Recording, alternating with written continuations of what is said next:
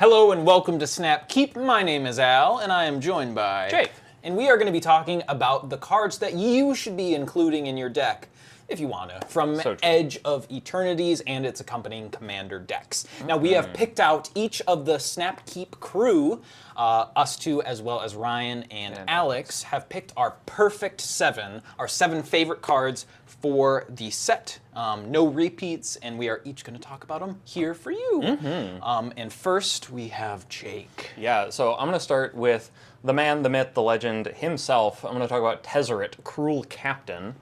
The only planeswalker from the set, and a colorless one at that. He is 3 colorless mana for a 4 loyalty planeswalker. His 0 is untap target artifact or creature. If it's an artifact creature, put a +1/+1 counter on it. His -3 is search your library for an artifact card with mana value 1 or less, reveal it, put it in your hand, then shuffle. His -7 is you get an emblem with, at the beginning of combat on your turn, put 3 +1/+1 counters on target artifact you control. If it's not a creature, it becomes a 0/0 robot artifact creature. And then the static is whenever an artifact you control enters, put a loyalty counter on Tesaret. Oh, dang, that doesn't say non-token. Sure doesn't. That's just any artifact. So this Tesaret got spoiled super early. We were actually there for it at MagicCon. Yes, we were. And I haven't seen anybody super hyped about it, but this Tesaret is insane. Yeah. I think that the Cruel Captain goes into every spaceship deck you ever build from now until the end of Eternities. And I think it is generally just good enough in any deck that makes tchotchkes. Yeah. What I've been looking at with Tesaret is the -3. You can assemble a pretty compact and very efficient little artifact package to just slip into your deck. So what are you putting in that package? Depends on what you care about. But to start with, Soul Ring. Soul Ring's pretty good. Soul Ring's pretty good. That's probably in there. Yeah. But if you care about lands, you can put an Amulet of Vigor. That one's pretty good. If you care about artifacts, there's Manifold Key or Voltaic Key, depending on which flavor you want. Yep. You can get Esper Sentinel, you can get Shadow Spear, you can get what is it, Moonsilver Key, other tutors if you really want to, that are less restricted than Tesaret. I think that depending on your deck, you can like tailor make that toolbox to where you tutor the one thing that makes your deck sing, and then it sings for the rest of the game. I think he's really cool. Yeah, remember when everyone was going kooky for Bright Glass Gearhulk For sure. from Aether Drift? Yep, that applies here. Yeah, Tesaret but still it's is good. Not Selesnya. Correct. And then the other modes, if you get to do more than one of these with Tesaret, you're more than happy, because he just does normal Tesaret things. The untap, like if you're running Manifold Key, you already want the untap ability, right? But even just if it's an artifact creature, put a counter on it, like that can also be useful, just a little Steel Overseer, just a tiny little effect. But then, you know, if you make treasures, you might actually get to ultimate this Tesaret. Yeah. Like, he's crazy, and not enough people are talking about him. You should build a little toolbox, throw it into one of your artifact decks. It'll be a ton of fun. Just like, don't leave the Sunforger fun for just Sunforger fans. Grab some for yourself. Yeah, I mean, if you just play it out, right? You play Tesaret, you -3 him, you find a artifact that's 1 or less. Next turn, you play it, you're already up in loyalty counter. Like, he's kind of self-churning almost. Exactly. Oh, I forgot, he can get Zernorb, too, for all of you Hearthhole enjoyers. That's pretty good. Yeah. Oh, and Esper Sentinel. Esper Sentinel, definitely. Yeah, Esper Sentinel's a pretty good ad. No, I think Tesaret's super cool. I can't wait to see what people do with him. I don't know if this is the best Tesaret ever printed, because Master of the Bridge exists, but he's pretty good. Yeah. Is there anything you're excited about? What's got your blood flowing in space? Yeah, there are some pretty good ones. I found myself drawn to the insect cards, right? Sure. So I got to start with what I think is probably the best one, which wait. is IceTill Explorer. Oh, that card's crazy. 2 green. It's a 2/4. It's an insect scout. You may play an additional land on each of your turns. Okay. You may play lands from your graveyard. Okay. And then landfall whenever a land you control enters, mill a card. Okay. So we've seen additional lands. We've seen play lands from your graveyard, but this boy staples them together and then starts kind of churning your wheels. He's nuts. And part of it, yeah. He's crazy with it. It's pretty crazy. Come join me in the sun is his flavor text. And I will. Yeah, I will be right there with him. Yeah. So, I mean, obviously, let's point out the obvious, right? You crack a fetch land, it's in your graveyard. Yep. You crack it again.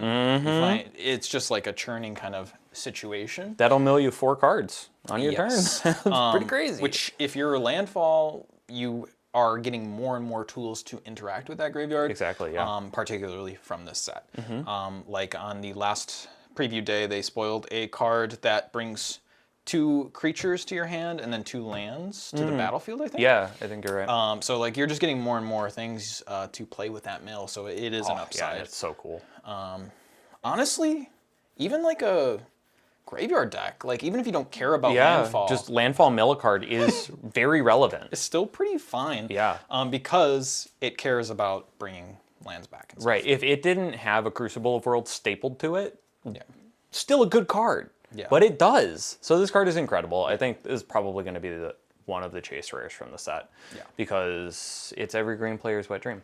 Yeah, Honestly. and I just love the landfall strategies, things like gates, caves, deserts, whatever you got, like, and deserts in particular. Planets? Right. Planets, the new ones, because you sack for deserts a lot of time. Yeah, right? you do. So Scavenger grounds and the like, yeah. he's gonna find a lot of homes, and not just in your landfall decks. It's true. I think that card is crazy. Goodbye, Azusa. Hello, my new IceTill bug Explorer. overlord. Yeah. Yes. Or what about you? What's your next card for us? I think next card I'd like to talk about is a bit of a calming one. We're going to talk about Moonlit Meditation and get a little bit more enraged as we read the card, because it's 3 mana for an enchantment aura, enchant artifact or creature you control. Okay. Super reasonable. Makes sense. The first time you would create 1 or more tokens each turn. You may instead create that many tokens that are copies of enchanted permanent. Full stop. Interesting. Yep. Okay. Okay. Yep. Talk me through what kind of things are we copying here? Well, in Commander, probably not your Commander. True. They are legendary. They sure are. Unless they have a juicy ETB. It's true.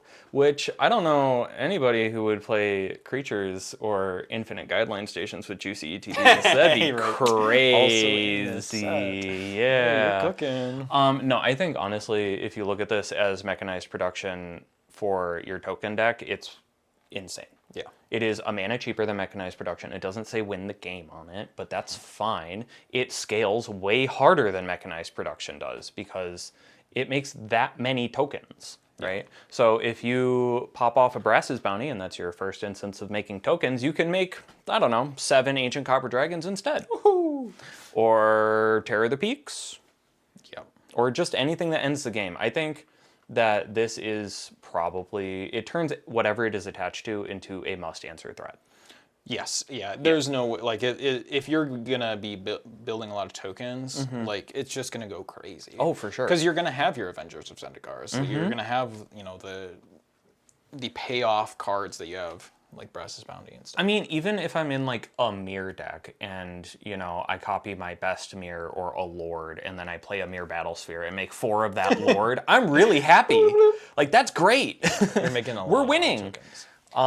But, other things that you can do, if you can make your commander non-legendary, That'd be good. either through Irenicus's Vile Duplication, or you just ignore it with the Mirror Box or Sakashima, then you can just go to town, clone whatever you want. If you somehow find a way to clone the Moonlit Meditation, then you're really having fun. Oh. So How would you do that? this is a commander that I've been clocking for a little bit. Arna Kennerud, like Moonlit Meditation and Arna Kennerud go crazy. Yeah, that's kind of weird. Arna's been getting a lot of support lately. We just got the Buster Sword. That's pretty nuts. We just got class equipment. Also pretty nuts. Now we get this enchantment. Like, this Esper Clone Your Modified Stuff deck is getting really crazy. Yeah. And I think that's just really emblematic of the crazy stuff you can do with Moonlit Meditation, let alone, put it in your Simic Doppelgang shell. Go crazy. Yeah, the only thing that worries me a little bit about the card is it's fragile, right? It's an aura, right? Sure. It's got the aura problem of the 2-for-1 if someone removes the creature it's attached to, or the artifact. But I really like the flexibility that you could put it on 2 different card types. Yeah, no, I think the card is really cool. And I'm definitely going to try to clone a few things with it. Seems like a lot of fun. Oh, yeah. Well, what about my next card, What is which your next is Planetary Annihilation. Whoa, dude, I didn't know it was that serious. We don't want those planet cards on your battlefield. It's 3 black, black. It's a sorcery. Each player chooses 6 lands they control, then sacrifices the rest. Planetary Annihilation deals 6 damage to each creature. Mass land destruction in space? MLD. Whoa. Yeah. So this is kind of interesting. It's kind of a head scratcher here. It is, yeah. Because let's say it was 5 mana, everybody sacks all of their lands, deal 6 damage. Sure. What would you say, Jake? Not great. Don't play that. Yeah, don't play that card. I'm not a huge fan. I would say if it Grinds was the game to a fault or Yeah. a halt. Yeah. I think what the Wizards of the Coast did is they kind of like figured out that sweet spot. Like 6 lands, you're still in the game. It's not resetting you to the Stone Age. It's resetting you to the Industrial Revolution. Sure. Yeah. So like everyone's still fine. And you get a little mini board wipe. Like you're not gonna kill everything on the board. Sure. But you will get a little bit of a wipe. But I really like this space. I think the community has been clamoring to punish green, to give it a little spank on the bottom, and this is a great way for them to explore it. It puts us all on the same playing field, theoretically. But, you know, you could always abuse it too. It's true. And the funny thing about this is the 6 lands thing is something that Wizards found a long time ago. That they're like, this is okay. Yeah. So the card Natural Balance has been in the game since Mirage. And that one says each player who controls 6 or more lands chooses 5 they control, sacks the rest. And then each player who controls 4 or fewer searches up to 5. Gotcha. So that's a green 5. card. Yeah, it's like get everybody up to 5. But this 5 or 6 land is like, Wizards has decided you're not supposed to feel bad for this. You have 6 lands, don't cry about it. Yeah, and I think Planetary Annihilation is a good way to test the water on how people are going to feel about it. Because if the 6 damage hit face, I think the card's a lot saltier. Oh yeah, it's like take away your lands, throw 6 in your face. Yeah. Yeah, I think particularly interesting, it's in one of the commander decks. Yeah. Right? So it's particularly in the one where you can start recurring your lands. Where you are poised to make the most, value out of that. Yeah. Which is kind of crazy. But we would be remiss as a Commander YouTube channel if we didn't talk about the fact that this flies in the face of the brackets, right? It sure does, right? Like, literally speaking, this is MLD, right? It is mass land destruction. So I think if you run this card, like, you got to talk about it. In your Rule 0 conversations. But I do think it fits in your bracket 3s and your bracket 2s. Like, I agree. I also think that this is, a very good card to start having that conversation with. It's like, okay, it's not Armageddon. It's not Yokel Hops. It's just Planetary Annihilation. Kind of a crazy name. Yeah, it is. For that conversation. Yeah. But yeah. I think it's I don't know if it's super aggressive. I don't think it's super playable. But if you are that player in your pod who is having trouble with green players, with your Simic value players, like you're going to be good with your mono red Planetary. Oh yeah, if you're in mono red and you're playing Annihilation, go for it. Have fun.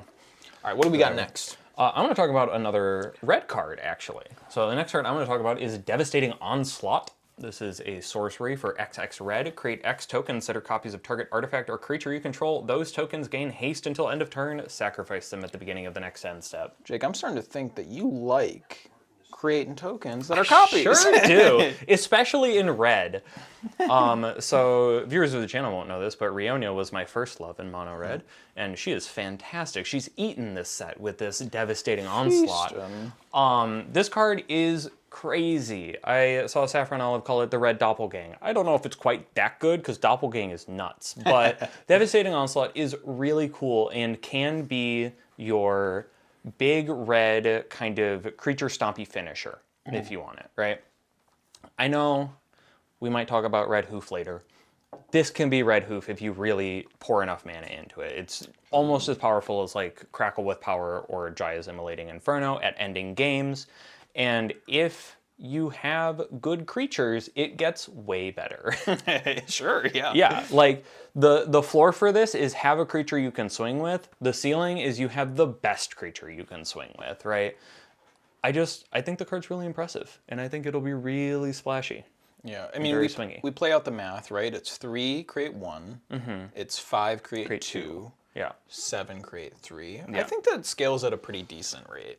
Typically in red, 3 mana is your like copy effect. We have Molten Duplication right now, which is 2 mana. Yeah. It can hit the same targets. So, you know, it being a little bit overcosted compared to the single target thing is fine, I think, because it's the only thing that can make you 3 or 4 tokens in red. You could also copy this sorcery. Yeah, you could. Red for is sure. very good at copying. So, For sure. like, you cast this for 5, get a copy spell for, what, 2? You fork it, right? Yeah, And 4. then you get 4, right? That's how that math works? Yeah, you get 4. get 4. I think that's pretty good. Yeah, I mean, it's just, it gives red a little bit more to play with. Usually they only have this effect on creatures, like Kikijiki or Rionia, and, you know, something that can scale and make your board really wide instantly, well, at sorcery speed. I just think it's interesting. You can also clone your spaceships if you really want to. I think that's what the card is, like, supposed to do. Yeah. But, you know, you could. That's true. You sure could. All right, so up next we have Mutinous Massacre. So it's another big chunky. It's 3 black, black, red, red. I'm starting to think you don't like creatures on board. I do, I promise. But this is also too fun not to talk about. It's true. So it's a sorcery, choose odd or even. Destroy each creature with mana value of the chosen quality. Then gain control of all creatures until end of turn. Untap them. They gain haste until end of turn. Oh. 0 is even, in case you were wondering. So this is like, obviously, except for indestructible, this is guaranteed to wipe the board and Yes. have you a full swing. Correct. With the creatures that are left. This is, what is it? Extinction event stapled to like mob rule. Yes. It's crazy. Yeah, I think it's pretty good. I mean, if you're looking for like your big, 7 mana finisher, like this could be a fun way to do it. Yeah. And that's why I like this card. It's kind of your like one of your quintessential like battle cruiser magic type cards, your insurrection kind of vibes. Yep. Where instead of stealing all of them, you get to make sure you destroy some of them. And I think this will end up being in some kind of crazy blowouts, right? Like For sure. maybe like, God forbid you have, what is the companion that's odd mana? Obosh. Obosh. You got an Obosh deck. You throw this guy in. You're like, I'm choosing even, right? I'm destroying all of the even creatures. I'm getting whatever's left over. All the odd creatures that you now control deal triple or double damage. I think it's double, yeah. Oh, that's crazy. That does go crazy. So Obosh is feasting. For real. But I think it's just a good card. But also, yeah, just in your, like, Rakdos aristocrats, you know, if you don't care if your creatures stick around, you know, steal all of your opponent's creatures after doing some aristocrating, that's a way to end the game. You know, the goad decks are feasting on a board wipe that also steals creatures for a turn. Like, that's crazy. Just the fact that this effect gives you, or you have to have access to red and black. Like, you could sacrifice the creatures, you can fling them at people, you can do whatever you want after they're under your control, and these colors are great at manipulating creatures. So, super cool card, and definitely going to end a few games. Yeah, I think more than often than not, you're picking whatever quality is not in alignment with your commander. Yeah, right. absolutely. You can keep your commander Absolutely. around for it.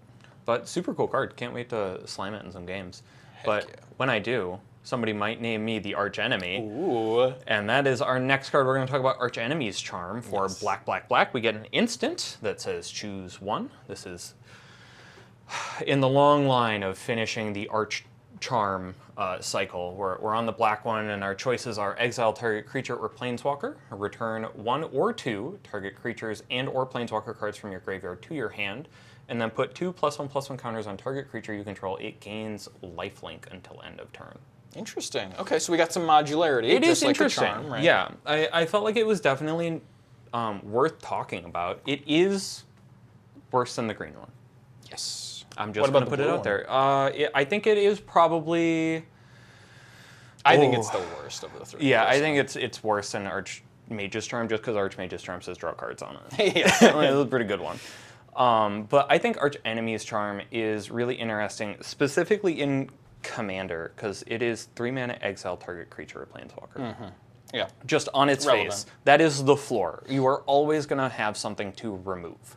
right? And in your low color black decks, this is a very flexible option because, you know, returning creatures from your graveyard to your hand, something black is known to do. Yeah, pretty good. On occasion. Wouldn't it be nice if it was Battlefield, though? Wouldn't it be so nice? I mean, it would, but, It'd be you know, but... in exchange for it going to our hand instead of the battlefield, it can target planeswalkers. True. So it gives you the modularity. Yeah. Yeah. Planeswalkers are something that black is starting to be able to return from the grave to the hand. I don't think they can straight reanimate yet. Yeah. But yeah, I mean, I do think it's going to land in one of my decks. For sure. Probably my Will Help deck. Yeah, so you can get Lily back, right? Yeah, the Liliana. That's kind of a linchpin in its infinite. So yeah, I do think it is starting to add a little bit of uniqueness to it. The last mode is where it really loses me. Oh yeah, you're never activating. No, +2. Never. Ever. Unless you really need to survive and you got a big creature, right? Yeah. Eh. Like I don't know about the lifelink. That might save you in a few games, like with your blocker. Yeah. But that's not what you're running the card for. Yeah, you're in a tough spot there. For sure. Just super cool card, and I think it's probably splashable. I don't know. Triple black's real rough. Nah. Maybe 2-color. Yeah. But. All right. Speaking of black cards, let's stick with it, and we'll do Requiem Monolith. Bro. It's an artifact for 2 and a black. Tap until end of turn. Target creature gains. Whenever this creature is dealt damage, you draw that many cards and lose that much life. Huh? And then that creature's controller may have this artifact deal 1 damage to it. Activate only as a sorcery. You know, when you said 3-mana artifact, I definitely thought it was just going to be a mana rock. I'm kind of glad it's not. Pretty much, right? Yeah. Yeah, most of the time it is. So, so what's the floor here, right? Obviously, if you don't have a creature, you're in tough shape. But we are the format for creatures, right? It's true. Creature midrange is the EDH default. Exactly. So if this is a Phyrexian arena, are you mad? I'm a little upset. Yeah, I'm a little upset. But it probably won't be a Phyrexian arena, right? You're going to tap this, and then you have this ability, and then it is a effect that makes your opponents less likely to block that creature. It's true. So if you're running it in a mono black deck or a deck that requires you to swing in, I think this is a really good thing because either they don't block the creature and you want the on damage hit. I'm thinking like Rev. Sure. Right. Yeah, absolutely. Then you get the upside, or if they block it, you also get the upside of drawing more cards. Sure. So I think that's pretty interesting. Obviously, in your like stuffy doll decks, like this goes crazy. Yeah, it goes nuts. But we don't need to tell you that. I think in a somewhat generic deck, I think this can really pop off. Yeah. And really influence some blocks. Yeah, I think the biggest point of contention for me is the fact that it is only like once a turn rotation, like it is a tap ability, it is not a mana ability. If it were a mana ability, way better card. Should be more than 3 mana. As it is, I think it is a Phyrexian arena that kind of works like a rattlesnake, is how I'm reading it. Is like, don't swing at me, because I'll draw a bunch of cards. But also, you still take the damage. And with the most recent rules update, you can't like, they can't assign, or they can only assign lethal damage to the creature. They don't have to assign excess, so like if you block with a 2/2, they don't have to assign 7 to it, so that you draw 7 cards. It'd be way better before the rules update. But as it is, I think if it draws you 2 cards a turn rotation, that's pretty okay. Yeah, I don't think this is like a format all-star. No, definitely not. But it is one of those cards that kind of influence a little bit of the play that I really love to see. It's fun. I think it's very fun. It's a fun little guy. Something that is probably not going to be fun for your opponents is when, or my opponents, is when I whip out my loading zone.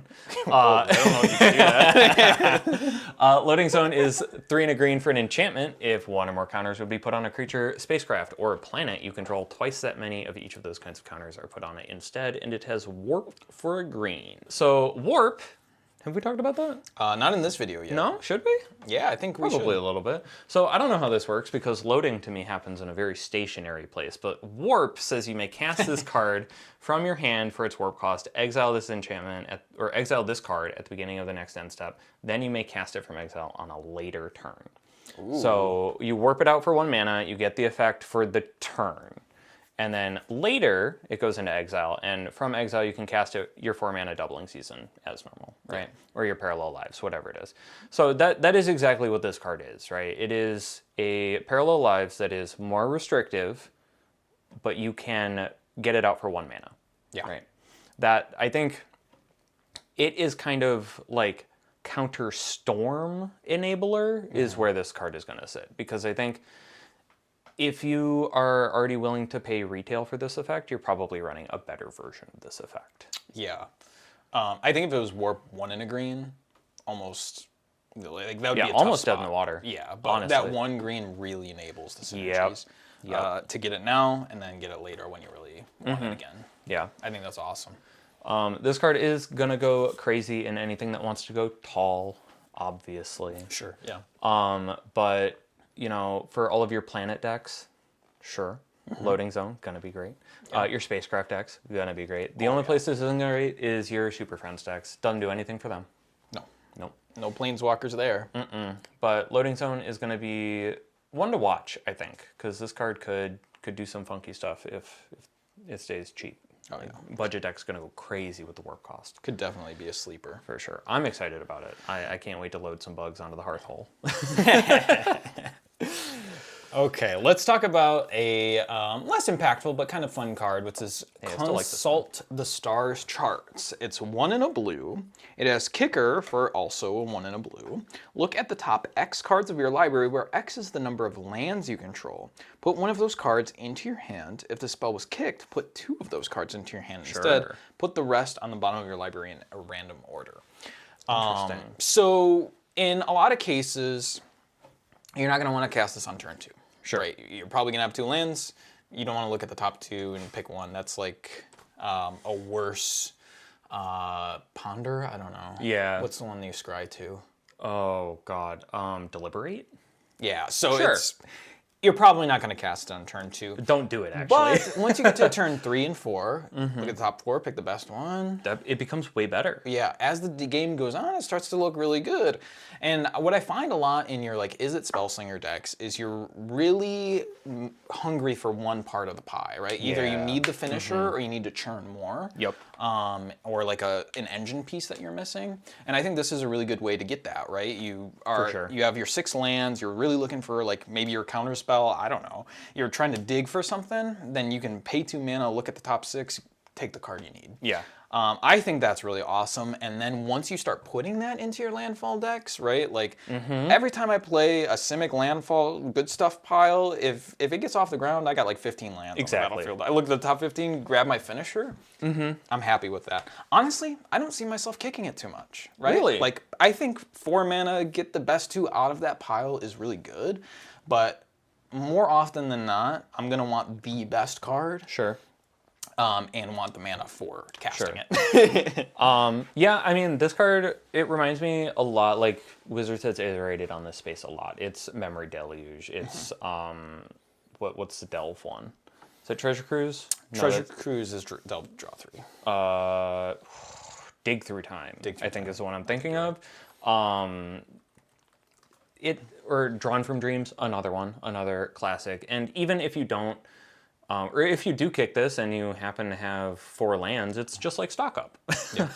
So, this is something that Wizards is very comfortable printing, and I do think that this is probably one of the best effects for our format specifically. Stock Up probably better in 60-card formats because the odds that you get to the 5 lands and have the mana to spare to stock up, it's not every game. Yeah. But this, Consult the Star Charts or whatever it is super good late game. And it reminds me of Pillage the Bog, which I think is, I think it's actually really similar. Is it really? Yeah. Now that I'm thinking about it. Oh, it's black and green. Yeah. Sorcery, look at the top X cards of your library. X is twice the number of lands you control. Put one in your hand and the rest on the bottom of your library in a random order.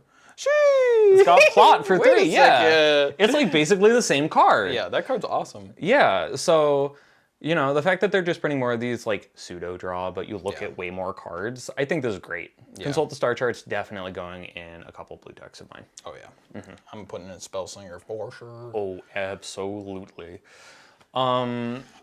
Oh boy. Speaking of cards that we're going to try to find spots for in decks, you want to talk about the End Stone? Yeah, let's do it. The big Sure. chunky. The big chunky. I think Big this is what egg. Tesaret's after in the story, and I can see why.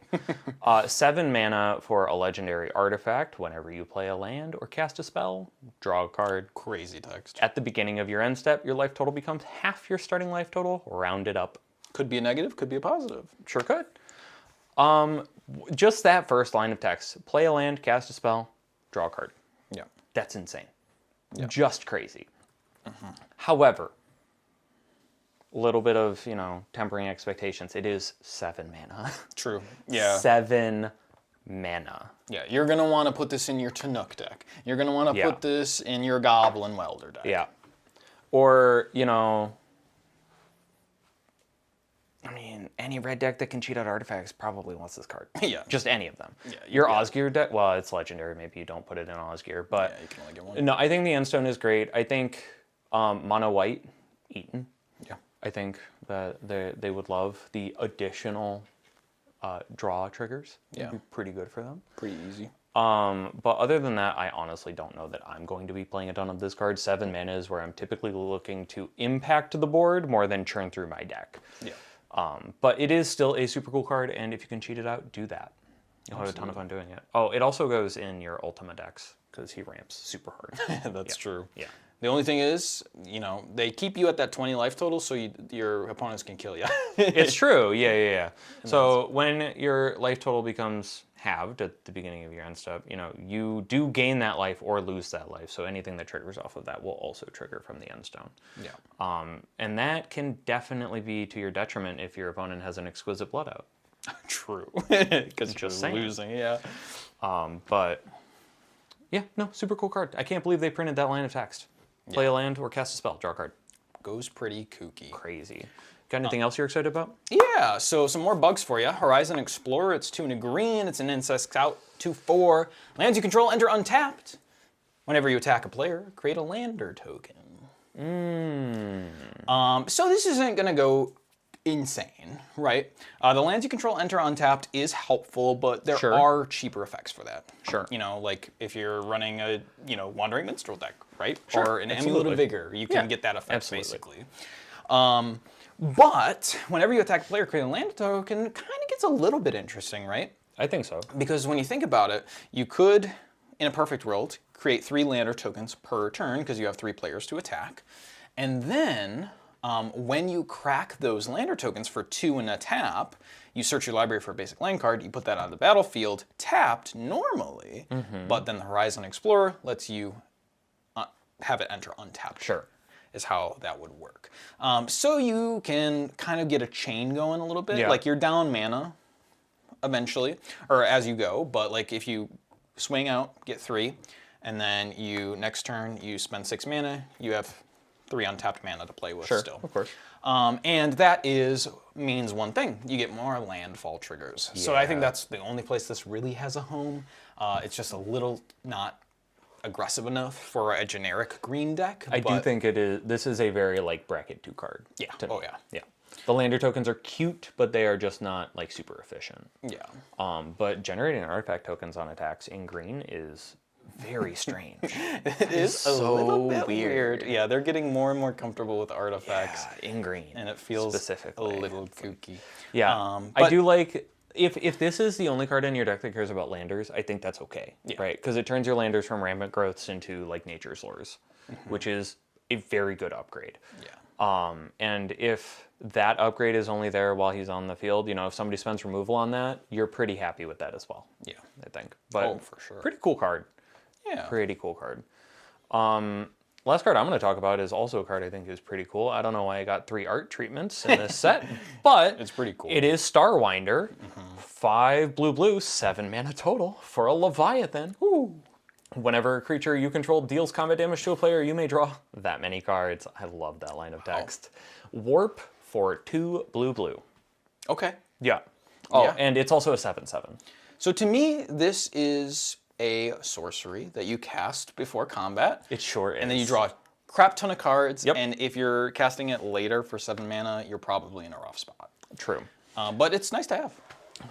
The The place I'm going to put this is my Kiora deck, which cares about the Leviathan typing. This is 2 casts. Kind of crazy. The Warp is a 4-mana cast off of Kiora, and then I can cast it later for 7. That's pretty nuts. And it's probably one of the best Leviathans that's been printed in the past calendar year, with Summon Leviathan being right up there. Yeah. I just think that the line, that many cards, gets out of hand, especially in blue with its, penchant for unblockable creatures or evasive creatures just in general. Even if it's 4 mana, get your ninjas through and you draw, 4 to 6 cards. Pretty okay with that. Yeah. Paying 4 mana for, 4 cards, here for that. But yeah, I think the card's pretty and functional in a Leviathan deck, and that's all it needs for me to give it the seal of approval. Yeah, I think it's pretty good. The easiest comparison is like a Hunter's Insight for your whole board. One of my favorite cards. But the biggest drawback, right, is that it is kind of sorcery speed. Sure In is, Hunter's Insight, you can make it sure it's unblocked. Yep. So your opponents do see it coming, but I think you're still fine. I really do. This is definitely one of the creatures that I am looking to warp every single time I see it. Yeah. I don't really you're want to pay warping 7 for that. That'd be crazy. Yeah, that's too much mana. But with that, I think those are all the cards I was excited about from space. Do you have anything else? That was your perfect 7. I got one more bug for you guys. Oh my god, more bugs. It's a Vendo Brush Razor. It's a 2/2 insect warrior that warrior.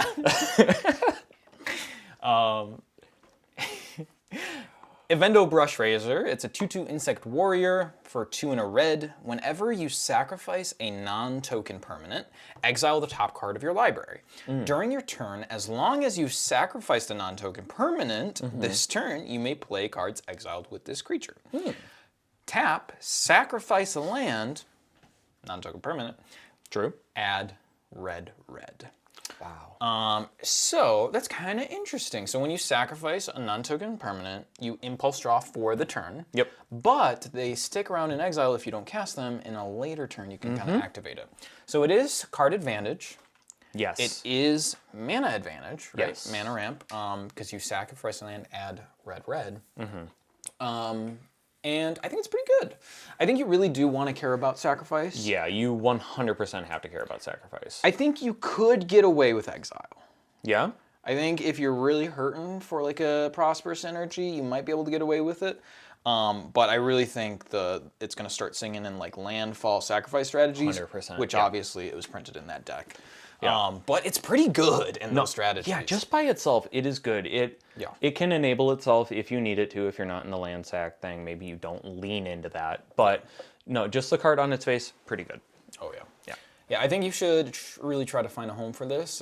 Try to play it out and see if you can jam it. Oh, absolutely. Super sick card. But that's it for me. Those are the 7 cards that I am most excited for with Edge of Eternities. And I hear that there are some other boys that are ripping to talk about their faves. I hear the same. Let's see what they got to say. Whoa! Holy Hi. shit, you're here again? It never gets any easier. Oh my god. Welcome. Well, do you know what we're doing here? Talking about cards, I guess? Yeah, we're talking about cards specifically in the 99. Oh, okay. Yeah, do you know any of those? I got a couple of them. Oh yeah? Yeah. Oh, well, let's jump right into it. Yeah, and I want to talk about Exalted Sunborn. It is a 4/5 angel wizard. What the? Yep. Yeah, it has flying and lifelink, and if 1 or more tokens would be created under your control, twice that many of those tokens are created instead, and it has warp for 1 and a white. So retail for 5, warp for 2. Warp for 2, and then, the warp thing where it Yeah, exiles exiles come back. Yeah. So, you like Anointed Procession? I think so. Yeah. Yeah. This is an effect that Wizards has gotten very comfortable printing. We got Mondrak. We were like, ooh, new Anointed Procession. And then they gave us O'Hare Talk. We're like, ooh, triple. Yeah, and it gives you that whole, I really like the warp cost on this because it gives you, okay, Anointed Procession, 4 and a white. It's just man, I have to play Anointed Procession and then play a token generator or go off. This is 2 mana. I get to use my mana more efficiently. Yeah. Still get the big pop off Anointed Procession turn, and still have mana to leave up or mana to use efficiently. Yeah, to do the thing, right? Yeah. Like, this is phenomenal, honestly. Yeah. I think Warp is incredible on almost every card they put it on. Yeah. But this one in particular, I think, this one and Loading Zone, which I just talked about with Al, I think the doubling effects being on cheap warp costs makes them well worth consideration in decks that are looking for effects like that. Also, is an angel. Yeah, is an angel. Also, And is a wizard. Is a wizard. Yeah, That's the weird one. very strange. No, I think this card is going to be expensive for a while. Yeah. This is an- things that make a card expensive. Is angel. Is anointed procession. Exactly. Yeah. So. This one's going to be a little pricey, but it will do everything you want it to do. Yeah. This is so many triggers in God Eternal Oketra. Yeah. That's a lot of So many triggers. That's a lot of zombies. Yeah. That's a lot of 4/4s. Yeah. Exalted Sunborn, super Pretty good. exciting for white decks going forward. Keeping on the angel train. Oh my God. Next There's we more? have Lightstall Inquisitor. It is a 1 mana 2/1 angel wizard with vigilance. Does not fly, however. Yo, this and is- when this creature enters, each opponent exiles a card from their hand and may play that card as long as it remains exiled. For each spell cast this way, it costs 1 more to cast, and each land played this way enters tapped.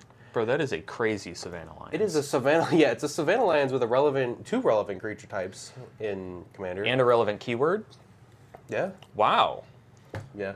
Wow. Yeah, it's a pretty good. I think it's like it's a medium blink target, but it's also just like the one mana angel now. Yeah. Yeah. Because before you had what, Segovian Angel? Yeah, the one that you can't play on turn 1, 2, or 3 or whatever. Yeah. And this one just becomes, Giada's new best friend, but also like it's not card advantage. The weird hand in stripping. A way. Yeah, it's I think I would classify this as a stacks piece. Yeah. Like light stacks. Yeah. I think if you're treating it as a stacks piece, maybe it becomes a better blink You target. compare it with the Draenith Magistrate. Yeah, if you pair it with Draenith, they don't get anything. Yeah. And then you blink it Interesting. because you're in white, and then you just. Yeah, notably the restrictions do only apply to the cards it exiles. Yes. Right? It's not like cards from exile cost 1 more, or lands played from exile enter tapped. It's just the ones it nabs. Yeah. But, in a commander game, if you've got 3 opponents, that's 3 cards. Your 3 cards you're up on your opponents, technically, for spending the 1. So. And if they do the thing you don't want to do, like pick a land, the land still enters tab. Yeah, exactly. It's like, oh man, that plains just became a tapped plains. Like, that's not bad. This is good. I like this little guy. Yeah. It'll see some play, for sure. But next is Might Form Harmonizer. Oh boy, how Talking you about insects again. 2 and 2 green for a 4/4 insect druid with a landfall ability of whenever a land you control enters, double the power of target creature you control until end of turn with a warp cost of 2 and a green. Interesting. Yeah, so I like this guy in specifically Tifa Lockhart. Sure, because it's absolutely. a redundancy type effect. This in is Tifa. Tifa Bugheart, for sure. Oh, gross. No, this card is crazy. Yeah. The warp being so close to retail cost is interesting. Very interesting. I think they did that a little bit more on the green cards in this set, but being able to warp it out, like, what would cause you to warp this out in Tifa as opposed to waiting the turn? If you have some sort of early kind of like nut draw with like Fabled Passage and a Crucible of World type effect, and then you just like go to town like that. Sure. And you can't make it work unless you get, one more double, you know what I mean? So. Yeah, no, I do think that this probably finds its home in decks that obviously want to go tall, but lean on just being aggressive. I don't think that you need to try particularly hard to want this card in green. I think, your Xenagos deck's going to want this. Yeah, Xenagos, Galta even. Yeah, you Galta. turn Oh, God. Galta into, Oh, what, 24, God. 24? Yeah, that thing. Yeah. It's just a good effect, and seeing it outside of Tifa, who I think can only target herself, Yes. Yeah? Yes. Is really interesting. I'm gonna toy around with this Insect Druid for sure. Yeah. Really neat. Yeah. But are we gonna talk about more bugs? No bugs this time. This time we're talking about anime cards. We're going to talk about Starfield Vocalist. Sure. 3 and a blue for a 3/4 human bard. If a permanent entering the battlefield causes a triggered ability of a permanent you control to trigger, that ability triggers an additional time with a warp cost of 1 and a blue. Oh, is this just Panharmonicon? It's just Panharmonicon that you can play for 2 mana. That seems pretty good, right? That seems pretty good. Yeah, that seems pretty good. Yeah, like I said before, I did include a lot of cards with warp because I like the flexibility of having it for like a pop-off turn, and then it's not like it gets exiled well, it does get exiled, but you can still play it again later, Right. you know? Right. It's not like you have to wait for the reanimation or to draw your reanimate or to draw the zombify or anything like that. Right, they're just enclosed packages that you can just throw in there, and it's like, hey, this is additional value on an effect I already want. I think Starfield Vocalist is really neat. I love that it is typed human. Yeah. As a human enjoyer, Same. the fact that, you just toss this in your human decks and now all of a sudden your Thalia's lieutenant goes crazy. Yeah, champion of the parish. Yeah, champion of the parish too. Yeah, so humans, especially like Bant humans, gonna love this card. But I don't think the human typing is the most relevant thing on the card. I definitely think it's Panharmonicon for 2. Definitely is the paragraph of text that talks about Panharmonicon. But, you know. Yes, sir. Yeah. Card's going to be good in any deck that cares about UTVs. Yeah, and if it's blue and it cares about the permanents entering the battlefield, your Felix 5 Boots style decks, things like that. Yeah. Your even like 5 color, this is just a good stuff card on a body that is, tutorable in other senses of the word, Yeah. or with other cards. I think it'll see a lot of play, but it doesn't immediately jump out at me as this is where this goes, It's just this is a generically good blue value piece. It's a cheap too for the warp cost. It's also on a body if that is relevant at all for your commander deck over Panharmonicon, which is strictly artifact. That is also for consideration. But you can't repurposing Bay into this, but you can birthing bot into it. So yes, yep, pretty good. Yep. And the next card is I'm a simple man, and I enjoy simple cards. Hey man, I enjoy this card too. We're going to talk about Umbreal Color Zealot. My boy. It is 1 and a black for a 3/2 human cleric. Sacrifice another creature or artifact, surveil 1. It's a free sack outlet. That's the whole card. It's a 2 mana 3/2 free sack outlet, surveil 1. It's like a Viserys here. Okay, but it really isn't talked about enough, how hard it is to find new ways to make infinite sack outlets. They kind of all exist already, right? Yeah. You've got your Carrion Feeders, you've got Woe Strider at 3 mana, you've got Viscera Seer at 1. Bartolome, which grows. Finding new effects to slap onto infinite sacrifice outlets is difficult. And pulling Surveil in, I think, really rounds out the package. I don't know where they go from here, really. But this will definitely see a lot of play, and I think that it's probably better than Viscera Seer in a lot of decks. In a lot of black decks, yeah. In a lot of black decks, the 1 mana is totally worth paying for the Umbreal Color Zealot because... To be able to ship it to the bin. Yeah, just to be able to fill your bin. Totally worth. Not even mentioning the fact that it can also sack artifacts.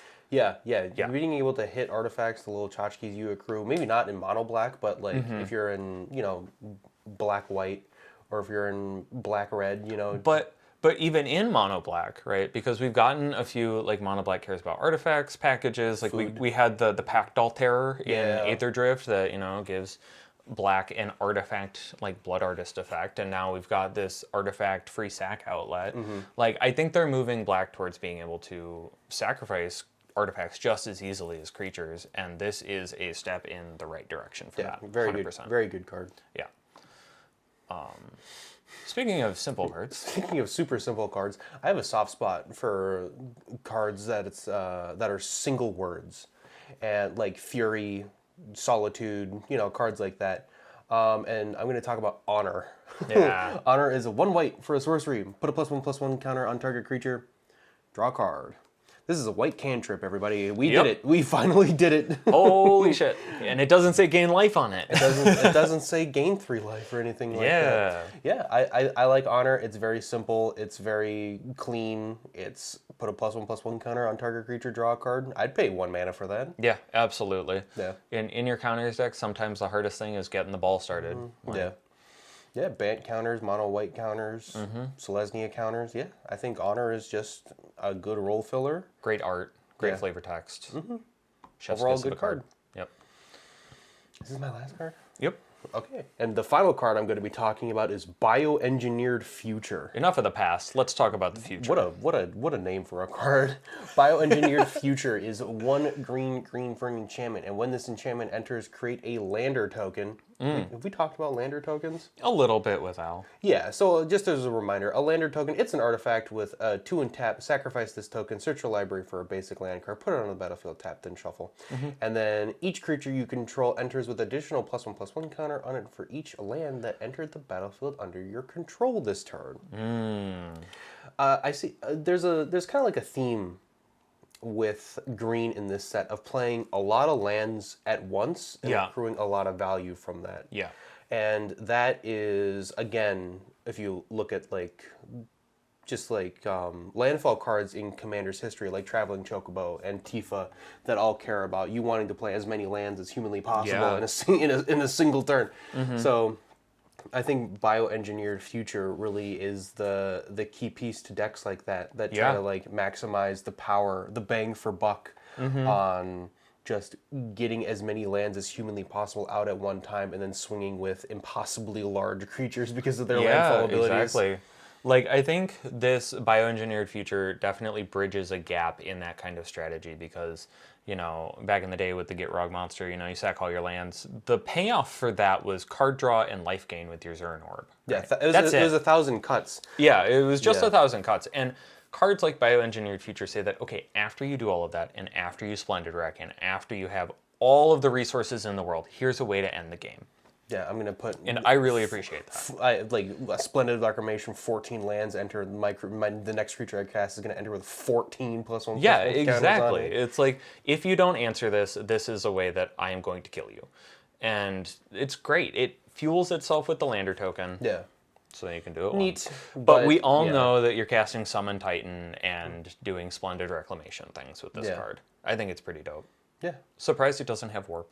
But yeah, weird, but I'm okay with that. Yeah, I'm okay with this not weirdly coming in at the end of a turn or and then just killing someone, you know?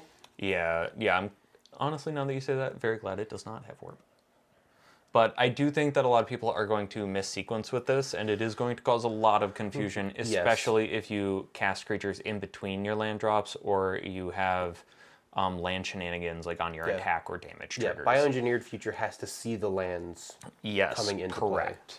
For each land, well, actually, I don't think it has to. You just have to do it.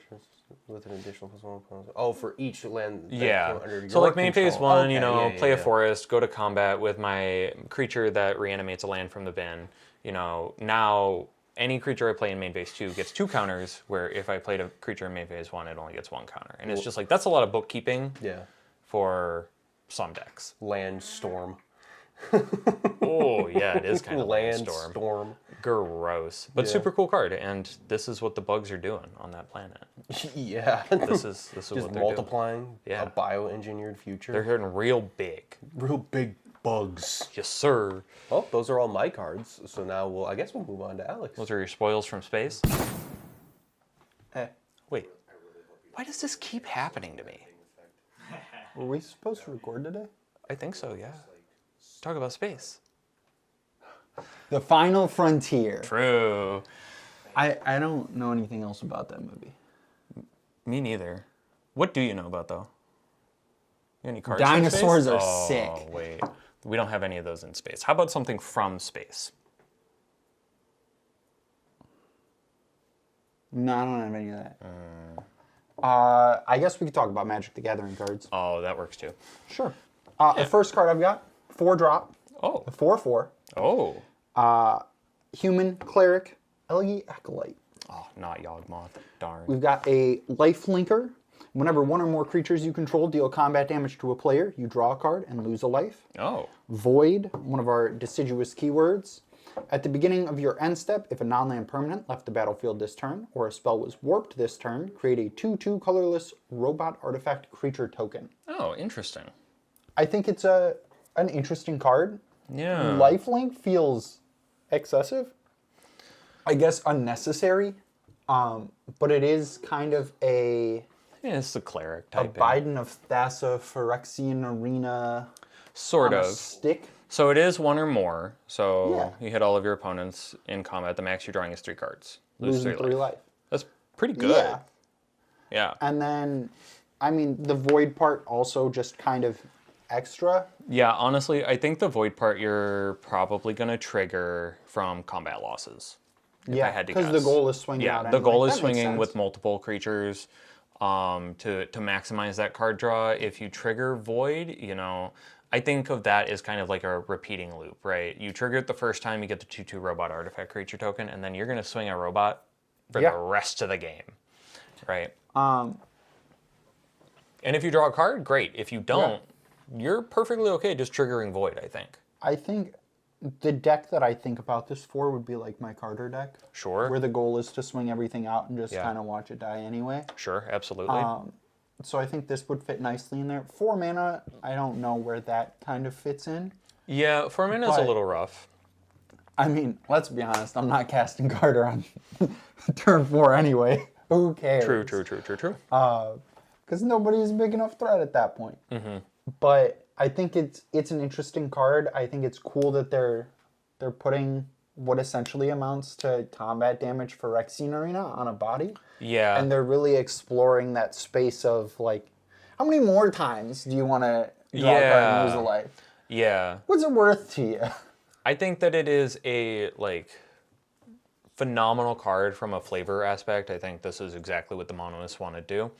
I think it is a phenomenal card as a human. I think it's a phenomenal card as a cleric. This card kind of just hits all of the boxes for me, so I'm right there with you. I think it's very splashable and just kind of self-sustaining, goes in anything that wants to sacrifice anything. Yeah, it very much makes sense to me just as a Right. card. Yeah, because Void, you know, unlike Warp, you can trigger Void with tokens, right? Yeah. Which makes it way easier, especially in black. Yeah, 100%. Yeah. I mean, But, from yeah. there, another card that would be perfect for that, that you are A-okay with leaving the battlefield, is Timeline Color. Oh, yeah. 2/2 for 2. 2/2. We're sticking with the Wendy's meal plan. Yeah, what the? We You got a 4/4 the for 4 and 2/2 for 2. Timeline Color is a 2/2 for 2. Creature Drix Warlock. Haste, you may cast this card from your graveyard using its warp ability, and its warp is black, pay 2 life. I thought of it as like a Bloodghast. It's Interesting. one of 4 Drix that exist, Yeah, I all know. of which are from this set. It is like a Bloodghast. Yeah, that's that's exactly what I thought of So- it for. So if you can offset the life loss, if you can offset the life loss of the warp ability specifically, it is probably just as easy to loot this infinitely as Forsaken Miner. Yeah. Yeah, this card's crazy. I didn't really process the whole you can cast from your graveyard using the warp, because warp being 1 mana on a sack body is really good. Yeah. Really good. And then it'll go into exile, and then you cast it for 2 the next Mm-hmm. time. Oh, it's never making it to exile.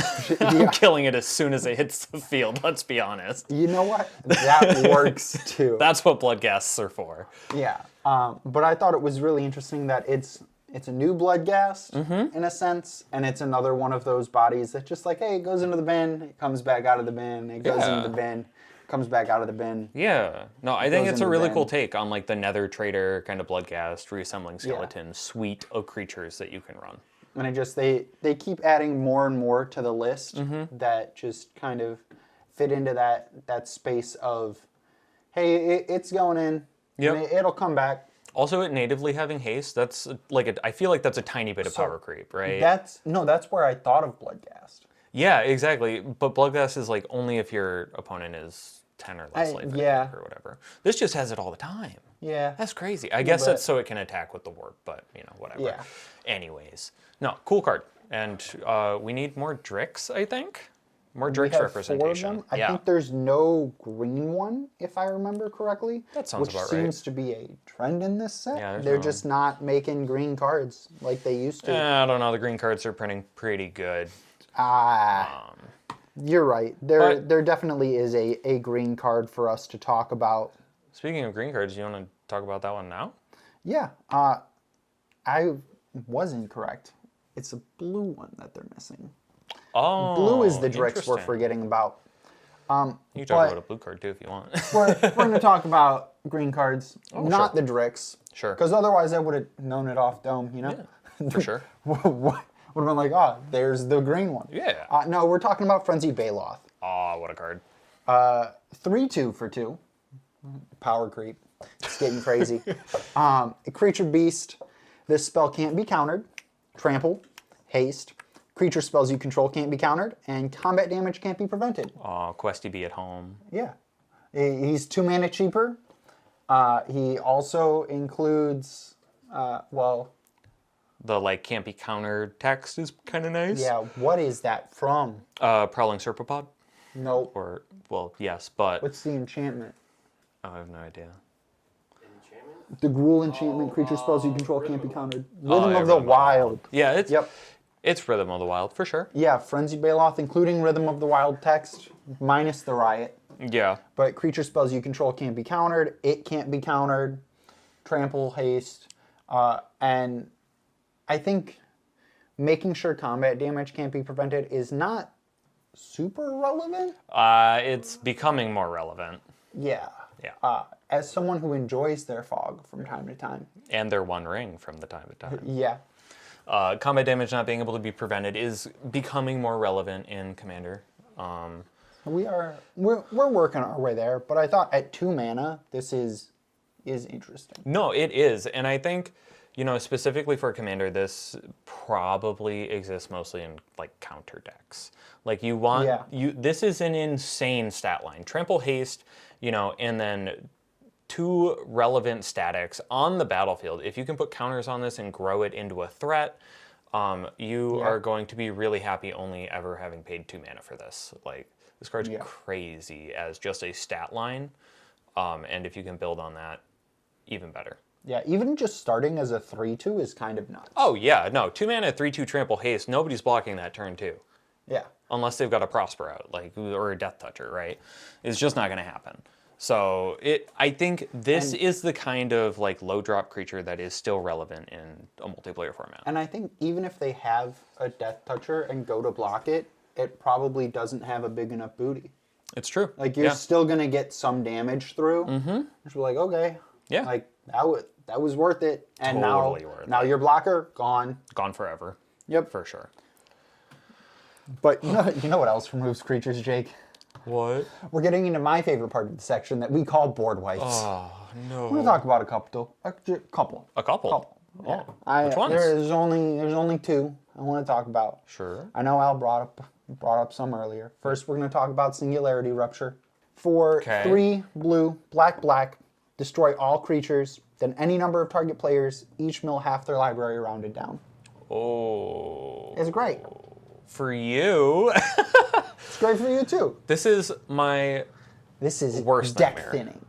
This is my worst nightmare. You have no creatures, you have no library, half a library. Half a library. Yeah, no board, And- half a library, just all my favorite cards go into the bin. And you get to do your favorite activity. Count all the cards you've already pulled from your deck to figure out how many cards are in your deck, and then divide it by 2 so that you know how many cards you should be milling.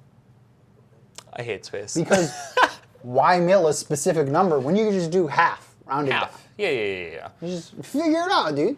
It's math. Mathic the Gathering. For Demir Mill, they found their board wipe. I think Neat. it's also kind of good for self-mill. Yeah, the fact that it targets any number of players. You could just dump half your library into your bin. Mm-hmm. You're wiping the board so it's a net even. Sure. And you're dumping half your library, and if you're self-mill, you're going to want it in there anyway. Sure, absolutely. And then you have that extra advantage to take care of it. Yeah, I think you're selling me a little bit on that one. When you can take advantage of the mill and you're not just making your friends like mill half their library for shits and gigs, definitely down for that. No, make your friends mill half their library for shits and gigs. It's fun.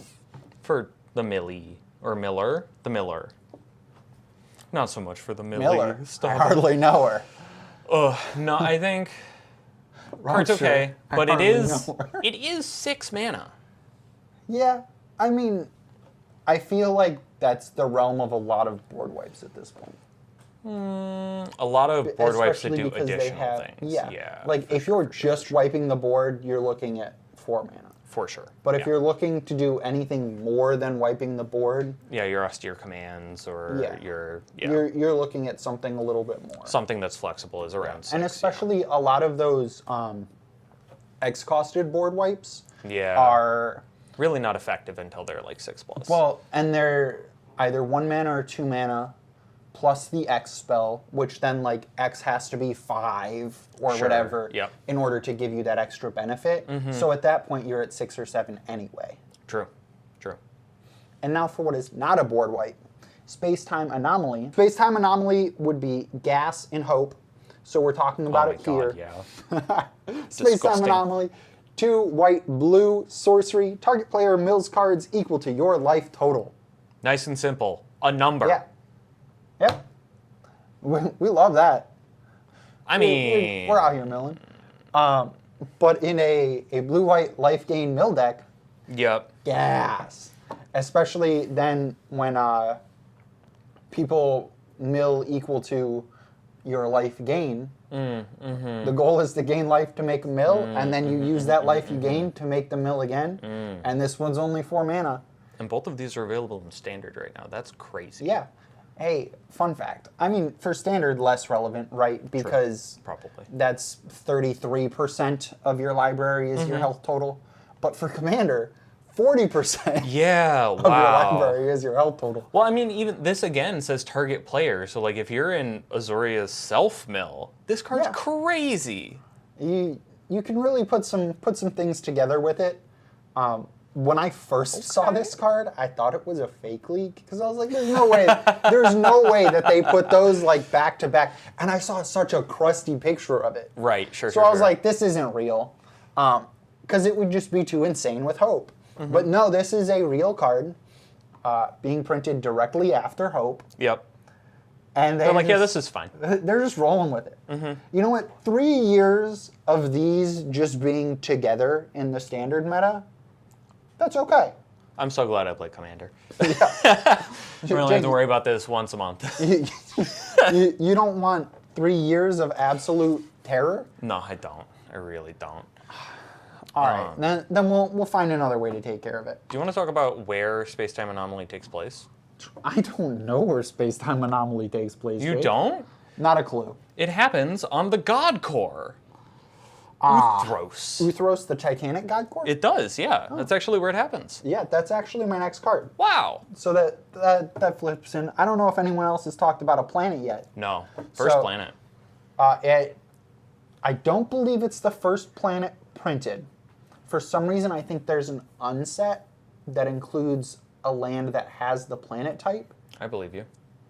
But it is the only planet we're talking about for our review. Yeah, that's Yeah. because it's a functional reprint of a banned card. And what band? Yeah. What does it do? So Uthros, Titanic God Core, is a land planet. It enters tapped, which, tough. Taps for a blue. You can station it, 12 plus to station, which is a lot It sure is. for a very good reason. Because you pay blue and tap it to add blue for each artifact you control. Now, Jake, I seem to recall at some point you spoke earlier about creating like tokens of stuff. Maybe yes, like yes, artifacts. I've done that, yeah. Do you, maybe like earlier in this video, Yeah. do you think there's other ways to like create artifacts and artifact tokens in blue? No, certainly not. Blue wouldn't have anything to do with manipulating artifacts or be part of its core color identity. Oh, then this card is just a passive. Yeah, exactly. There's not really much No, to this do with card's it. nuts, dude. Yeah, and it's Crazy. fine. It's not like they print like big chunky artifact creatures that like No. you could then just station this with almost immediately. Yeah, I am... you know, the gears are starting to click together in my head. Wow, in BattleBots decks, this is not that hard to station. No. I initially passed over this card. I was like, 12 plus is never going to happen. I'm never going to get 12 charge counters on this land of mine. Yeah. But when your like Thopters are 12/12s, or you have creatures that have power equal to the number of artifacts you have, something you already want to be buffing. Even if you just have like a Yeah. Blightsteel, you're basically there. Wow. Or a Metalwork Colossus gets you most of the way there. Yep. Yeah, that's actually not, wow. That's not too bad. It's you It think coming in about tapped is rough. I'll be honest. I mean, It's not free, yeah. right? Because You wait lands that come in a tapped for one color and come in tapped are the bane of my existence, right? So like, but it coming in tapped has absolutely nothing to do with you stationing it. That's true. You don't have to wait to Right. station it, which Like, is... you can station it while it's tapped. And then next turn, even if you have a 6/6, you station it, the turn it comes in tapped. The next turn, you use station that it 6/6 again, station it again. Yeah, then you're done. Perfect. 2 mana, a gajillion. Yeah. Wow. That's No, an exact number. card's good. Yeah. Probably the best of the planets for sure. I mean, the green one is Gaia's Cradle, so... Yeah. So if you're wondering at home what blue card is banned, that is Tolarian Academy. Yes, sir. Which is not technically a blue card because it's also a land, but still Yeah. close enough. Close enough. But you know, sure. if we're gonna have big creatures, Uh-huh. we need something to do with them. We sure do. And you know what? I wear a couple bracelets. Sure. None of them are Dominion, but the Dominion bracelet is a little bit too overpowered for my wrist. Yeah, probably. There are some nuts things you can do with Well, it this. depends on what you think your power toughness is, but... The Dominion bracelet. I'm a 15/15. You know it, straight from the heart. The Dominion bracelet is a legendary artifact equipment. God, it's legendary. Honestly. It costs 2 Uh-huh. and equips for 1. Oh. That's very cheap. So it must do something very tame. Yeah, equipped creature gets +1/+1. Oh. Equipped creature also has pay 15. Oh. Exile the Dominion bracelet. Oh. You control target opponent during their next turn. This ability costs X less to activate, where X is this creature's power. Activate only as a sorcery. Bright side, activate only as a sorcery. Downside, so there is one commander that will let you Yes. Mindslaver for 3 mana. Yeah. Yeah, so Would it Yargle happen to be the Moltani- one... Oh, I was going to say Galta. Galta's not big enough to do it because Interesting. Galta would only get up to 13. Gross. So Yargle Yargle Moltani, big enough. Got it. Right? Mm-hmm. That 15 becomes 0. But what Galta is a part of is the list of 9 commanders that let you do it for 5 mana or less. Yep. Oh, boy. My personal favorite from that list, because I think it's hilarious, is, hey Jake, have you ever played an Emrakul the Promised End and been like, oh man, nobody's going to remove my Emrakul so that I can't get this ETB again? Narts, what if I could just play an equipment, 2 mana, equip it for 1, and then, I don't know, pay another 1 mana to Mindslaver someone again. This That's seems right. pretty good. 4 mana. That seems pretty You're good. set. I played my Emrakul. I spent all my mana last turn. It's tough. I do still. I used all of my rituals. People removed all of my artifacts. That'll let me tap for a bunch. I lost my Thran Dynamo. It's tough out here. It sure is. But you know what? I still have the 4 mana. And you can I've still got the Mindslave for whips. someone. Yep. So hey, here's my Dominion bracelet. Stick that bad boy on Emrakul, and let's do it again. Yeah. No, this And you know card, what? this card's cool. They won't even get an extra turn after this one. That's true. They don't. It just takes their turn away. It's just like, hey, it's my turn. Yep. I'm not doing anything, but I'm doing stuff with your board. Wow, that's gross. Yeah. That's really gross. Yeah, you can probably, there's almost certainly something you can do with like Osgir and Pull from Eternity to make that infinite. 100%. Like the combo potential is there. This card, like we did not need a second Mindslaver. Yep. We didn't need that. But Space gave it to us. And it's got an anime art. It's pretty cool. Yeah. And I feel like there's a chance Wizards forgot Osgir existed. It's better that way. They shouldn't reprint him. So No. They it's all should good. remember he exists so that they don't do this again. It is legendary. You only get one of them if you copy it with Yeah, Osgir. no, it's fine. Quick, name an artifact that makes legendaries not die. I don't think any of those exist. Definitely not in Boros. Yeah, no, Mirror Box isn't real. Yeah, Mirror Box It's fine. can't hurt you. No, Dominion Bracelet's really cool. Obviously, we're talking about, an equipment, so there's already a bit of an opportunity cost to running it. You have to have a creature. It has to survive removal. You have to activate the ability. Like, all of these things need to make it through to an empty stack for you to Mindslaver someone, but it is really cool. So, like, part of my thought process with that is, like, if you're running equipment and anything that cares about power anyway, you're probably in Voltron. Yeah, honestly. Which means it's probably either well protected Yep. or you're pumping power as is. This does give Voltron decks a really funky tool. This and like Genji's Glove from Final Fantasy has given like Voltron decks just access to the Mindslaver effect and extra combat.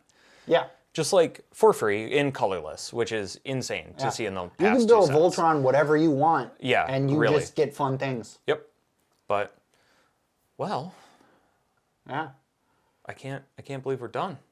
We made it through a space Yeah, we've made it to the edge. of eternities. Do you want to What's say bye? next? Let's talk about Spider-Man. Anyways, thank you so much for watching. We hope that every hand of yours is a snap keep. Bye.